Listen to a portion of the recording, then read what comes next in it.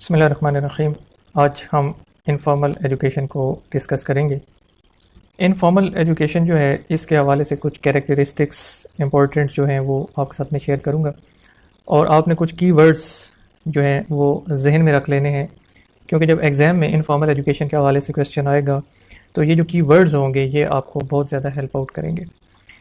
तो ये जो हमारी टाइप ऑफ एजुकेशन है या मोड ऑफ एजुकेशन है इनफॉर्मल एजुकेशन, ये बेसिकली बच्चे की पैदाइश से स्टार्ट होती है और ये क्लासरूम से बाहर आउटसाइड क्लासरूम होती है। ये मतलब किसी लाइब्रेरी में हो सकती है, बच्चे की किसी म्यूज़ियम के विज़िट के दौरान हो सकती है, घर के अंदर ये लर्निंग होती है। ठीक है, तो ये जो फॉर्मल सेटिंग होती है क्लासरूम की, उससे बाहर ये एजुकेशन जो है वो इम्पार्ट होती है बच्चे को।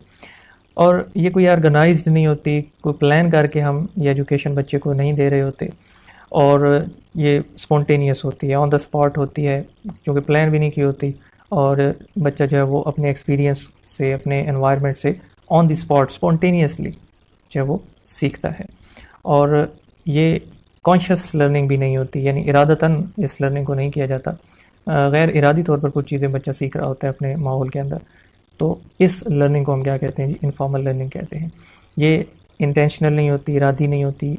अगर इरादी नहीं है तो फिर ये एक्सीडेंटल होती है, हादसाती तौर पर बच्चा जब कुछ चीज़ें सीखता है अपने एनवायरनमेंट से, सोसाइटी से, इर्द गिर्द के लोगों से, तो वो सारी एजुकेशन जो है वो किस कैटेगरी में कैटेगराइज होती है जी? Informal education.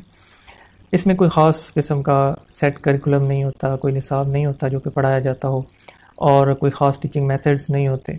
ठीक है जी। और ये टाइमलेस होती है, यानी सारी ज़िंदगी जो है पैदाइश से लेकर मौत तक ये लर्निंग इंसान करता है, इनफॉर्मल एजुकेशन उसकी जारी रहती है।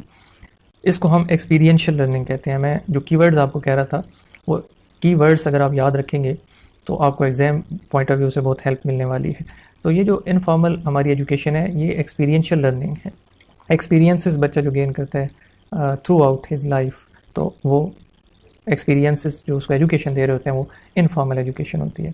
और इसमें कोई ख़ास फिक्स्ड एम नहीं होता, कोई मकसद तय करके एजुकेशन नहीं की जा रही होती। ज़ाहिर है जब ये प्लान भी नहीं होती और इंटेंशनल भी नहीं होती, स्पॉन्टेनियस होती है, एक्सीडेंटल होती है, और कॉन्शियसली हम एफर्ट भी नहीं कर रहे होते सीखने के लिए, तो फिर इसमें कोई हमारा फिक्स एम भी नहीं होता। तो ये कुछ की कैरेक्टरिस्टिक्स हैं, ये की वर्ड्स हैं जो कि आपको इनफॉर्मल एजुकेशन के हवाले से हेल्प आउट करेंगे।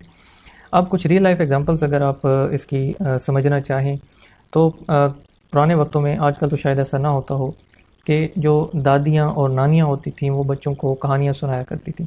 तो ये जो स्टोरी टेलिंग थी बड़े बूढ़ों की, इससे बच्चे बहुत कुछ सीखते थे, और ये जो एजुकेशन उनको मिलती थी, उनकी लर्निंग होती थी, ये कौन सी थी जी? ये इनफॉर्मल एजुकेशन थी।